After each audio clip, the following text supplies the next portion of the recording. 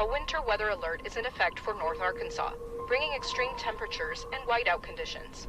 Officials are urging residents to remain indoors and avoid driving due to snow accumulation and ice. Please stay off the roads. Let's get out of here! Everybody is just kind of scattering. Full-blown state of emergency. It's really starting to come down. We gotta go. It's like no time to waste. Hurry up! We don't want to get stranded on this homestead. My name is Ashley Curry, and this is my husband, Chris Curry. We live on a 40-acre homestead in northwest Arkansas with our 2 boys. Balin and Malachi. We moved out to our homestead at the end of 2020, and every day we all wake up feeling blessed. And so this property was our miracle, and we named it Miracle Mountain Homestead. We have goats here, chickens. Quail, a couple guineas. We sell the goats' offspring and sell eggs and chicks. The quail are a good meat source because we want to be self-sustainable. And our dream is to have our entire family on this homestead, meaning my parents, my husband's parents, and our children, and for this homestead to provide for generations to come. I'd love to inherit the homestead, build upon the homestead myself. Just having all the animals is really cool, and having all this place to explore. When we first purchased the land, we built the cabin in a short amount of time before winter hit. We did what we had to do, and we didn't think it was going to be permanent. But northwest Arkansas is completely unpredictable, and we have gotten in a little over our heads. We have a lot of flash flooding, and that essentially has tore our foundation up. We have jacked up the house at least 3 times to try to level it out where we can just open our front door without issues. And over time, it just keeps settling and drooping, and we're having to spend the time fixing that instead of working on permanent housing. And now it's just been one problem after another. Another big challenge right now is water. I'm positive that there's water here. Unfortunately, it's very expensive to dig a well. So we started collecting rainwater. But the catchment tanks, they're not completely enclosed. They're exposed to the elements. We have found frogs in our water. We have found disgusting algae. And now we haul water 2 to 4 times a week. We have barely enough water to sustain our daily needs. So we are unable to grow any food. And the amount of money that we're having to spend for a family of 4 each week at the grocery store is a huge weight on our shoulders. We've been motivated, we've tried, we do our best every single day. But the dream seems harder to reach with each obstacle we have to overcome. Without water security, shelter security, and food security, I'm not sure how much longer we're going to be able to survive out here.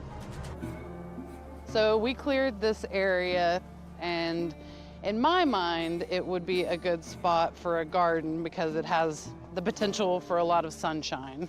Have you attempted to garden before? We have not, because you can't keep a plant alive if you can't water it. So you don't have water to even water a plant? No. What was the dream initially? We wanted this to be a multi-generational homestead.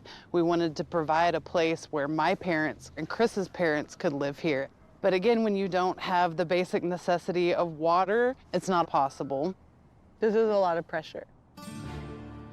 This homestead's pretty concerning to me because not only do I see a big family, a ton of animals, for a homestead with no water, it looks like there's water everywhere. And right now, I'm realizing there's no future homestead unless we figure out water.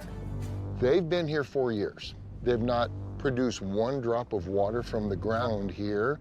I don't know how that's possible. Everywhere you look, there's water. There's water running right here. So they're not self-sufficient, self-sustaining. How they doing in shelter? I would say they're in trouble. They built a house on pallets. It's only a matter of time before that floor does start to rot, but it's such a daunting task. I think we're gonna set it on a back burner and try to start focusing on what? Water. Exactly. We clear? Clear. Cool. Marty and I were going to search for water close to the house. Not being able to find the solution or make this work is just something that is in the back of my head. I think it ties back to the business ending the way that it did.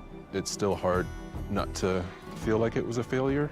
And if this dream of ours were to fall apart, I just don't know how I would deal with that. Back uphill, Look out, we're gonna go for it. Marty's water search pushes on. As he breaks ground near the sycamore trees Chris suspects are a sign of an ample water source.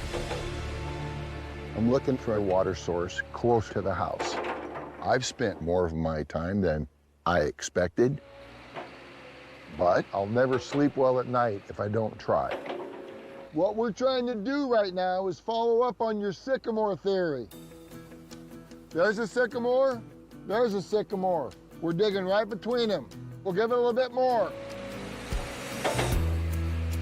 We dug probably deeper than we dug the first time, and so far we found a bunch of clay that wasn't very promising. But hopefully we can find a large quantity of water so we can actually survive and keep going on the homestead. Look around this edge. Is anything seeping in anywhere? What do you say? Looks pretty dry. All right. This is the second hole I've dug. It's not promising. Appreciate you trying. There's nothing in there, no water. And I haven't even begun to figure out a way to fix their pallet foundation. Good. At this point, we will need a miracle.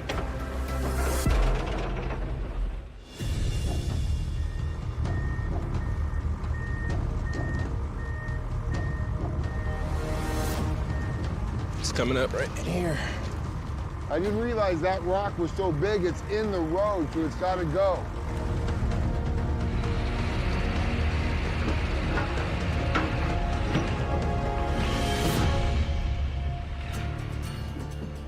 That thing looks a little wet. That looks like a lot of freaking water. That is a lot of water. It's gushing in. I mean, a 5-gallon bucket would be overflowing right now. Well, that's a really good sign. We're gonna keep digging. All right, let's go down, bud. If we dig a big hole, maybe it'll fill in. And if it does, we might create yet another homestead miracle. Okay, moment of truth. Let's see how Miss Spring's doing. Oh my God. 10 feet deep on this side, about 6 feet deep on this side. It's 20 feet long, it's 6 feet across. Yeah, okay. That's a game changer. Or as we say on these homesteads, that's a life changer. We're going down the driveway. No dilly-dally. I see my dad. All right, come on over here, fam, check it out. Oh my gosh. Oh my goodness. Whoa. Oh my gosh. I've already measured this. There's over 5,000 gallons of water. Oh, wow. I've never seen this reaction on a homestead. It's like laugh crying. Wow. Everywhere we turn, God provides another miracle. Well, this is a miracle on a homestead without water. Yeah. For how many years? 4 years? Yeah. 4 years. Water is life. It's life for us, it's life for our animals, it's the time saved that we're not having to haul this, it's the security of knowing if we're stuck here for 2 weeks in the snow or ice, that we're not gonna be without water. I mean, Marty, this changes everything. What about you, young man, Malachi? It takes a lot of stress off my mom and dad, and I'm very happy to see this. I'm so happy. Let's leave. All right. Let's leave, you guys. Okay, guys. This is Life-changing. 100% life-changing. This changes everything. Sometimes it's worth having years of hardship to really, really appreciate something that so many people take for granted, like water. This makes us sustainable. Yeah,